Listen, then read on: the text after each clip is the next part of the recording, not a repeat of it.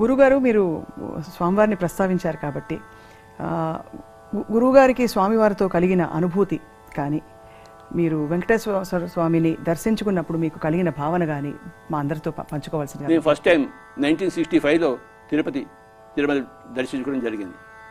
అప్పుడు కొండ ఎక్కుతున్నాను, first time నేను కొండ ఎక్కుతున్నాను. అంతవరకు మేము హైదరాబాద్ వస్తున్నాం, కొండ అంటే తెలియదు మనకి. కానీ మా ఇంట్లో వెంకటేశ్వర స్వామి ఎప్పుడు ఇలా వెళ్ళిపోయారు కనుక ఫస్ట్ టైం కొండకు వెళ్ళినప్పుడు ఎంతో అనుభూతి వచ్చింది. అప్పుడు నడిచేద్దాం పైకి, ఎంతో భక్తిభావంతో ఉండేది. ఆ తర్వాత చాలాసార్లు వెళ్ళాను. లైబ్రరీలో కూర్చుని పుస్తకాలు చదువుకుంటూ కూర్చునేవాడిని. మా కంపెనీలో బాసెస్ చూస్తుండేవాడు, వాళ్ళందరికీ దర్శనాలు చేయిస్తూ నేను మటుకు నా దర్శనం అయిపోయింది. నేను పుస్తకాలు చదువుకుంటూ కూర్చునేవాడిని పైన. మొన్న ఫిబ్రవరిలో కూడాను 2 రోజుల ధ్యాన మహాయజ్ఞం చేశాం తిరుమలలో, ఆస్థాన మండపంలో సంగీతంతో 3 గంటల సేపు. అప్పుడు కూడా లోపలికి వెళ్ళి దర్శనం చేసుకొచ్చాను. దర్శనం చేసుకుని బయటకు వచ్చిన సాక్షాత్ కనపడ్డారు నాకు. ఒక కోయవాడి రూపంలో వచ్చాడు ఆయన. వచ్చి నా పక్కన 5 నిమిషాలు కూర్చున్నాడు. ఆయన నా గురించి ఎన్నో విషయాలు చెప్పాడు. వెంకటేశ్వర స్వామి.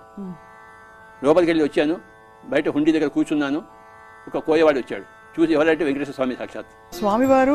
స్వామివారికి తమరి గురించి తెలుసు, తమరికి స్వామివారి గురించి తెలుసు, కానీ ఇద్దరు వారు కోయవారిలా ఉన్నారు, మీరు ఒక భక్తుడిలాగా సామాన్య భక్తుడిలా ఉన్నారు. అంతే. ఈ లీలను ఏమనాలి స్వామి? లీల అంటారు, ఇంకేమంటారు? లీలని లీల అంటారు.